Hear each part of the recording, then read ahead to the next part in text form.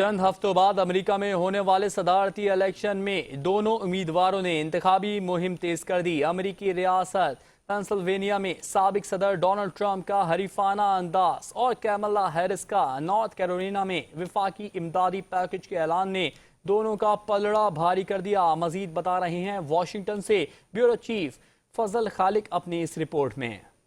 امریکی انتخابات میں چند ہفتے ابھی باقی ہیں، جس کی اہمیت نہ صرف امریکہ میں بسنے والے افراد کے لیے بلکہ دنیا بھر میں حکمرانوں اور عوام کے لیے اپنی نوعیت کا اہم الیکشن دکھائی دے رہا ہے۔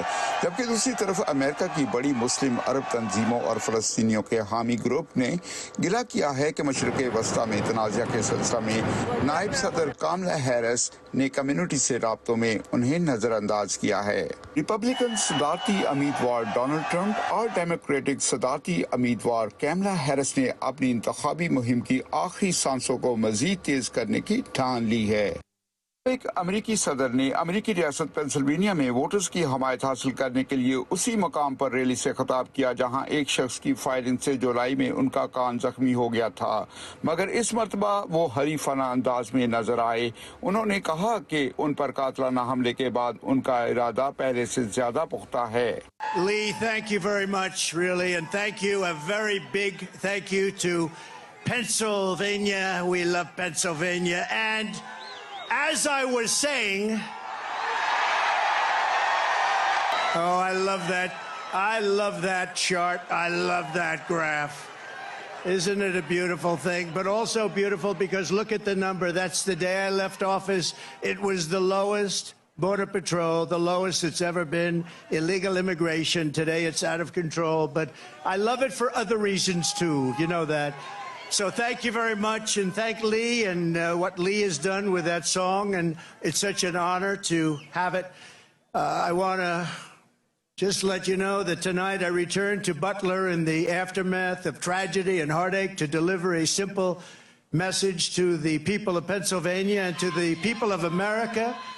Our movement to make America great again stands stronger, prouder, more united, more determined, and nearer to victory than ever before. We're going to make America great again.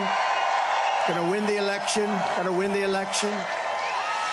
And to all Americans, whether you are Republican, Democrat, Independent, Conservative or Liberal.